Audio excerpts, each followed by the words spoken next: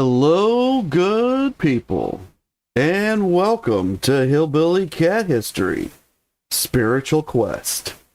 Harold Lloyd.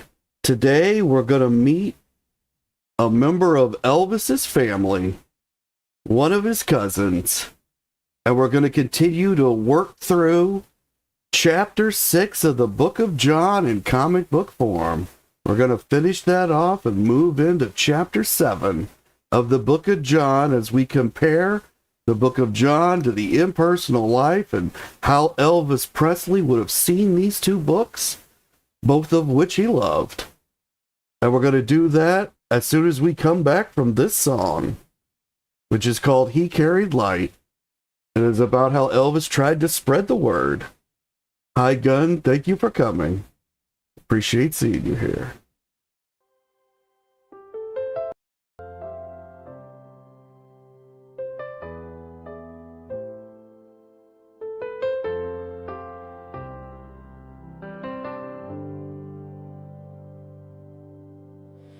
In the margins of the pages his voice still speaks, whispers of longing, of love that seeks. These are all the notes, every thought, every prayer, a father's searching heart still breathing there. To do your will and my purpose he wrote, a bridge of devotion, a living note. Through the Bible's lines, through the books he kept, the light of his spirit forever swept. Like a bridge through the troubled night, he carried love, he carried light. Every word, every song, every plea was a path to unity. He showed the way and we will follow, through joy, through pain, through each tomorrow. The unseen hand, the guiding flame, love eternal in his name. To held the book with gold on its face, the impersonal life, his sacred place. Larry gave the gift, and Elvis was changed. New doors opened, horizons rearranged. He is within us at all times, he said. A chorus of hope where the faithful are led. Fans sent their prayers, the Bible's the song, and Elvis carried their faith along. Like a bridge through the troubled night, he carried love, he carried light. Every word, every song, every plea was a path to unity.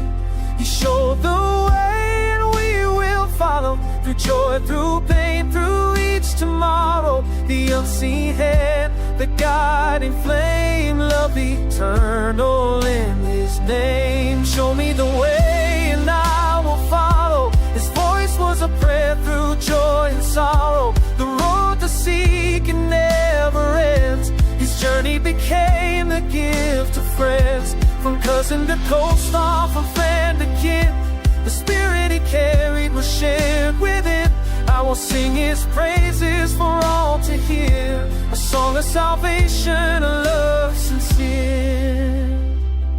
Like a bridge through the troubled night, he carried love, he carried light. Every word, every song, every plea was a path to unity. He showed the way and we will follow, through joy, through pain, through each tomorrow. The unseen hand, the guiding flame, love eternal in his name. There's got to be a reason, he said, a purpose unseen, a life spirit led. And through the notes, the prayers, the song, his bridge of love still carries on. Thank you for gathering here at Hillbilly Cat History, where we remember together and listen for the echoes. And today, good people, we are fighting some major technical difficulties. The main internet connection is out here, and I'm on a backup internet connection. and the software is telling me that I'm dropping frames all over the place. Luckily, this isn't a very visually driven show. We don't have a lot of motion going on the screen. It's mostly my voice, so hopefully my voice is still coming through strong so that I can continue this broadcast. So if you're having any trouble hearing me, let me know in the chat. And there's nothing I can do about it at this moment, but hopefully the main internet connection will be back on by the time of the next broadcast. So today we're going to move through the rest of our look at the book of John, chapter 6 in comic book form. But we're going to start with a little something special. And that is this crucifix in gold and silver. It's 14 karat marked yellow gold. So I guess it's all gold, although the Jesus figure on the front does look a bit silver. And you can see that it's got diamonds. It's got a 24-inch, 14-karat yellow gold chain that goes with it. And this piece was worn by Elvis Presley both on and off the stage. It's yet another symbol of faith that we hadn't got to see yet. But now it's surfaced from the archives. This particular piece was owned by not only Elvis Presley, but by his cousin, Harold Lloyd. And Harold worked for Elvis. He was one of the gate guards. Harold's mother was Retha, who was the sister of Gladys. And unfortunately, she came to an untimely end when Elvis still lived in Tupelo. Harold was left, his father was already out of the picture. His father was alive, but he was just out of the picture. And that left Harold with his stepfather. And eventually, Harold began to move around from home to home in the Smith family. So for some periods of time, he lived with Elvis and Gladys and Vernon and whatever at the time that he shared that with them. And he's the guy who told us that Elvis had a very nice comic book collection and that he kept it on his shelf very neat and tidy. That he had a couple of shelves and I believe it was like a bookcase. Or it might have just been shelves on a wall, but that's where he kept the comics. And that he had enough to fill up, those like one or two shelves. Hi, Tarzan. Thank you so much for coming. Appreciate seeing you here. So Harold, he received this piece from Elvis, and this is what he said in his own words. It says, "My name is Harold Lloyd. Elvis and I are first cousins. I worked to the grounds of Graceland for as long as I can remember. I've had countless friendships with so many Elvis fans over the years." So Harold met a lot of fans out there at the gates. And like Travis and like Vester, Harold made friends with these fans. He listened to them. He told them things in return. They shared their thoughts and stories, and he made friends with these people. And Harold says that over the years, Elvis gave me and my family many gifts. That was Elvis's nature. He was a wonderful human being, and he never forgot where he came from and what he owed his fans. This 14-karat yellow gold crucifix with diamonds on a 24-inch chain was worn by Elvis Presley. Elvis gave this to me in the 1970s, and I've had it since then. So Elvis shared his faith with his cousin, and his cousin went on to share his faith and Elvis's faith with the whole world through this crucifix. And now let's return to the book of John, although this might be slightly outside in one of the other gospels. And these stories that are told to us in comic book form, just after we take a look at this most famous picture of Harold Lloyd himself. There are other pictures of Harold, but this is the most famous. And Harold put this one in his book, which is an excellent book that you could still buy today on Amazon, and it'll come to you in a shrink-wrapped package. That's the way it came to me. Brand new, no one else will have looked at it. I can't quote exactly how much it is, but I think it's under $20. One of the few Elvis books that you can get right now that is at that low a price. But that's Harold Lloyd. And here in the book of John, we can see this is the story that we left off on. That Jesus was in a boat with his disciples, and they were taking on a lot of water. It was a big storm. And they woke him up because they were afraid. Their faith began to leave them. And they turned to Jesus in their fear. And he says, "Where is your faith?" And the disciples say, "What manner of man is this, that even the winds and the sea obey him?" And that moves us into the next story, which is on the other side of the lake. Jesus heals a demonic. So we had read in the King James Version about someone in a similar state, although I don't think it had said demonic. It had used a different word.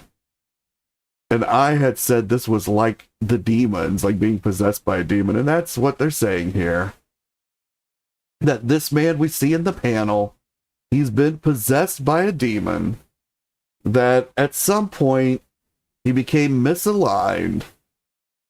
And when we say misaligned, we're looking at the Impersonal Life with Joseph Benner, which is one of Elvis's favorite books. And in that book,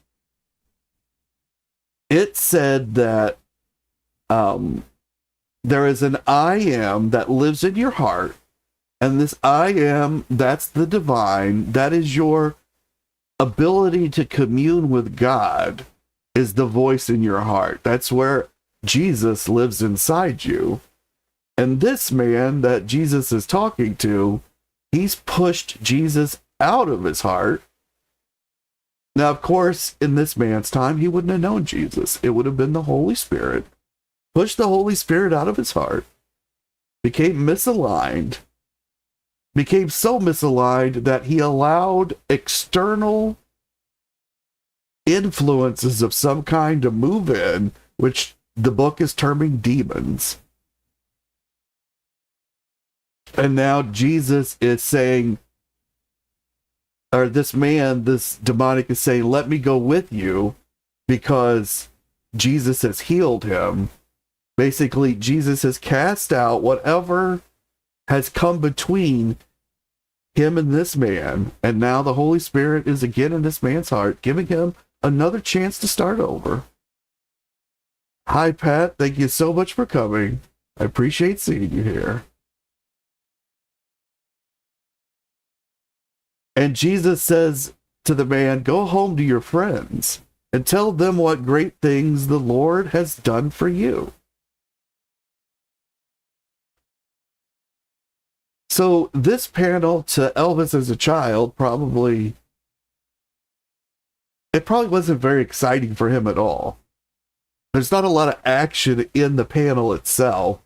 And the words, I think, to a child even would be confusing. I think even to an adult, they're somewhat confusing. But what I think an adult Elvis would have looked at this and seen was that this man's being told to go and spread the word. That this man wants to stay in the embrace of Jesus in the communion. If we looked at this through the terms of the impersonal life, in the meditation moments, in those moments where you are truly and completely aligned, and in the moments before when you're driving the car that is your life down the road of life, and you hit those potholes, this is before you've hit that next pothole.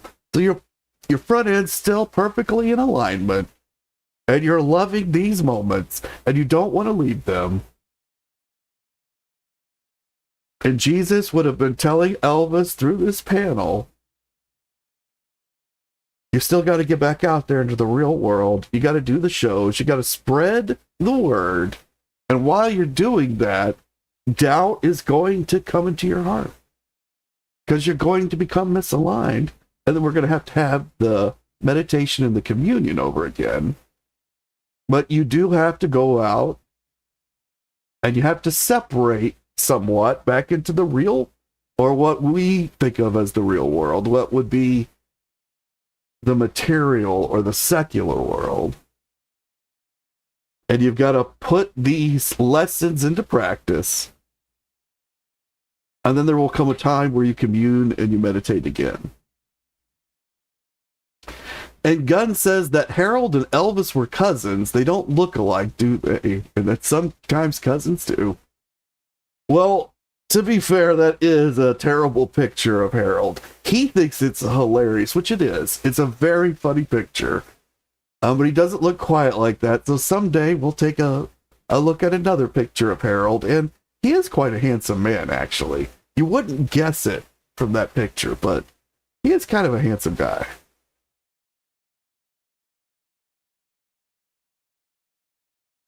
And in this panel, it says, another time, Jesus, seeing the multitudes, moved with compassion. They are as sheep having no shepherd. So I think this might have been Elvis seeing multitudes that have come to him. And they've come for these songs and for this entertainment. But Elvis's eyes in the middle of the 1960s are being open to the fact, while he's reading the impersonal life, that it could be so much more.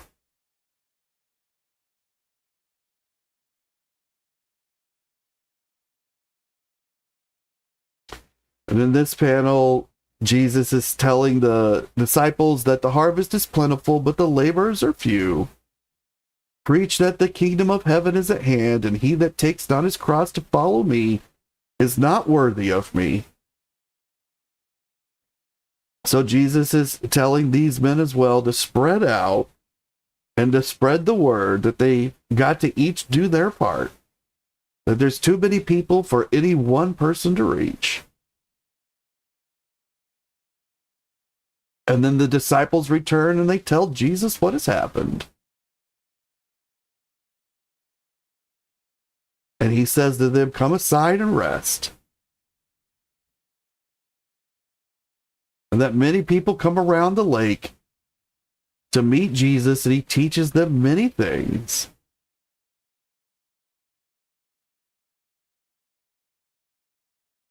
That by the end of the day, these people need food. And the disciples are urging Jesus to send them away to get the food, but he says, no, just give them something to eat right here. And this is the story that we moved through yesterday, but it's so important. I just want to go through it again real quick. That where shall we buy bread that these may eat? So the disciples question Jesus. It's kind of a lack of faith thing. And then they put up even more lack of faith. Now, in the terms of the impersonal life,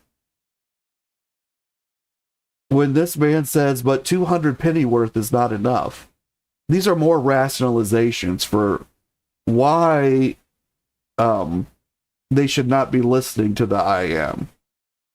In this case, the I am is not even in their heart. He's standing right in front of them. And he's telling them things, and they're saying, no, we can't do this. They're struggling. They're not following the number one rule of the book, which is to be still and know that I am God.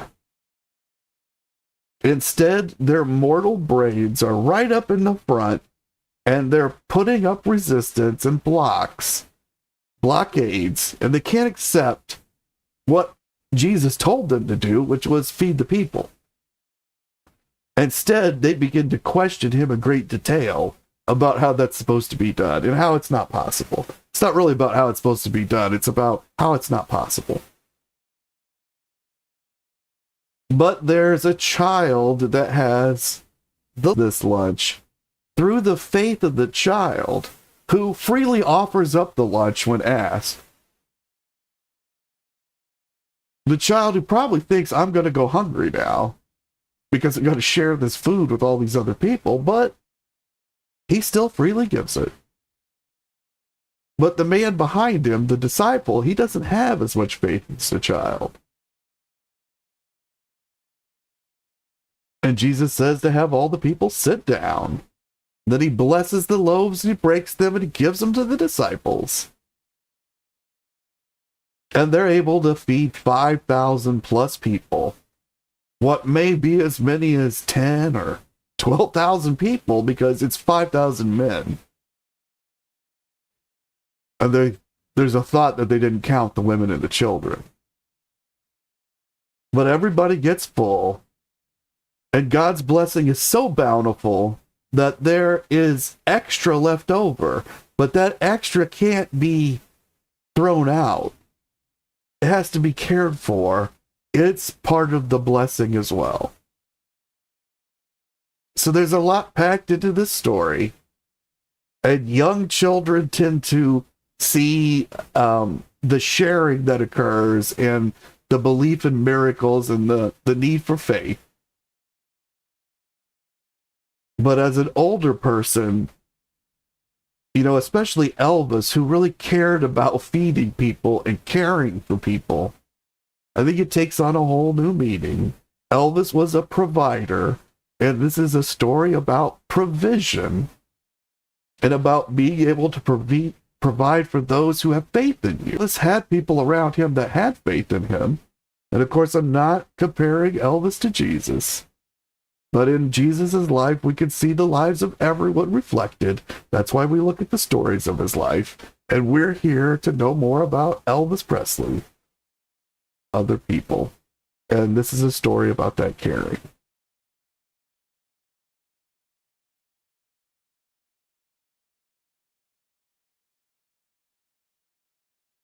And in this panel, it says that this is of a truth, that prophet that should come into the world. So the people are discussing the prophecy of the Messiah or the Christ, and that they're seeing it in this man who was just able to feed 5,000 people with one boy's lunch.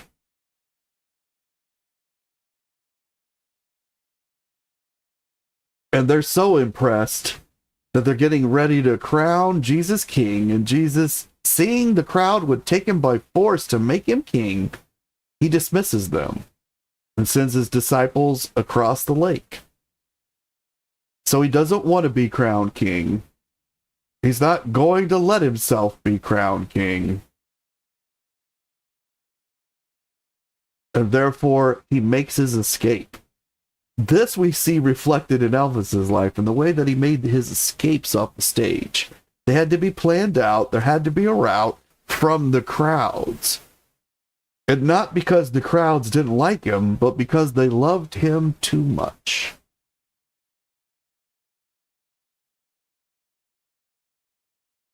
And in this panel, Jesus goes into the mountain alone to pray.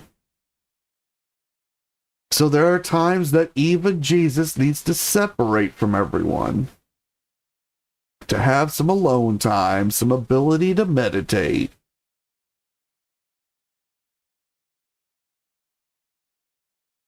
He needs to have his time to commune with his Father. Of course, maybe he needs to model taking this time for others. Because the book of the Impersonal Life is telling that no matter where you see the word come from, you'll need to do this meditation, which could also be thought of as prayer.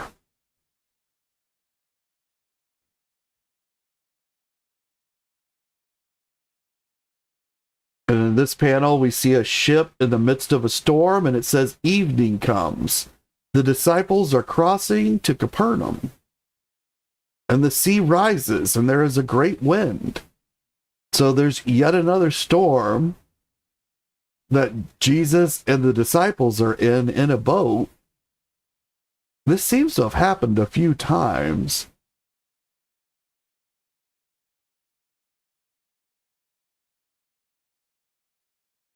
But the disciples, I guess, are in the boat by themselves, because this says someone walks towards them.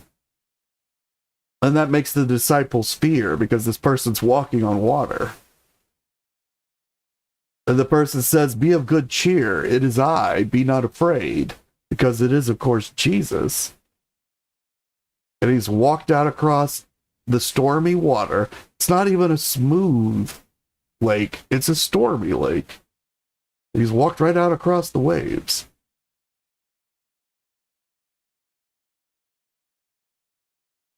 And one of the disciples yells out, Lord, if it be thou, bid me to come unto thee. And Jesus says, come. So this man has shown faith, Peter. And he at first walks, and he's walking right across the water. But then he doubts, and he begins to sink me. So in this panel, we can see what I've been talking about over the past several episodes, that alignment with the I Am is a moment-to-moment struggle. That you can fall out of alignment at any moment, just as you can come back into alignment at any moment. That you're not restricted to either side. That's part of free will. And that in the moment when Peter called out, he was completely aligned. His faith was full. It was at full strength. And he walked right out across the water, and he got partway across. And even in the middle of his greatest faith, he suddenly has doubt and he sinks. But he does not turn away from Jesus. And Jesus does not turn away from Peter. And that's the most important lesson in the panel. It's not about the doubt, which will cause you to sink, which seems like that would be the greatest issue. It's about the turning away. Peter could have turned away and tried to swim back to the boat, but he didn't. Kept his eyes on Jesus and called out to the Lord.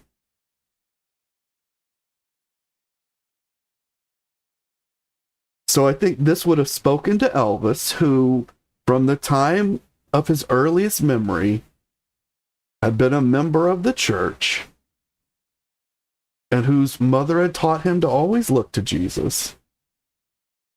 And so I think in Elvis's life, and see Peter as Elvis in 1958, in August, right after his mother has died, he continues to look at Jesus, and he never looks away, and he maintains that faith. And that's how we are in the 1960s.